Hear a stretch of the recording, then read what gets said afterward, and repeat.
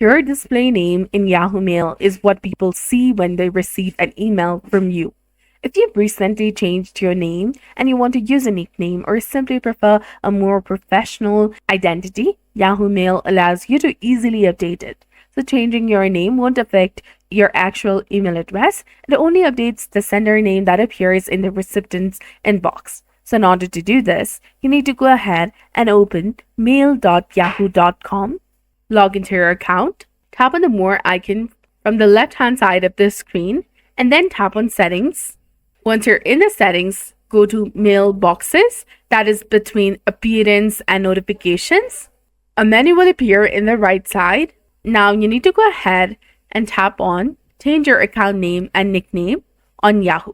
This will take you to the Help Center. From this page, tap on Go to the Yahoo Personal Info page, and you need to again sign into your account. And once you're signed in, it will take you to the Personal Info page. From this page, you need to go ahead and tap on Update Personal Details. Now you'll get the field of your first name, your last name, your preferred name, and gender and date of birth.